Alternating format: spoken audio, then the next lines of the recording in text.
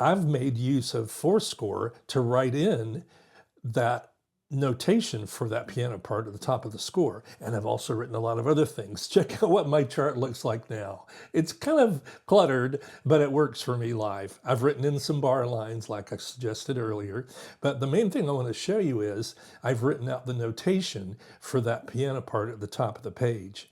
I'm going to zoom in on that and we'll talk a little about how that works. I was excited to discover that this very first thing that's heard on the recording of Mighty Name of Jesus is a perfect example of something I talked about earlier here in the video. That's the concept of play the changes.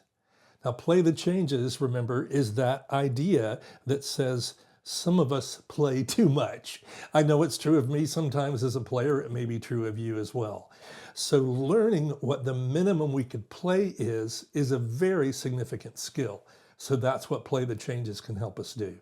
Now let's look through this line and talk about some of the ways this notation presents the idea of play the changes.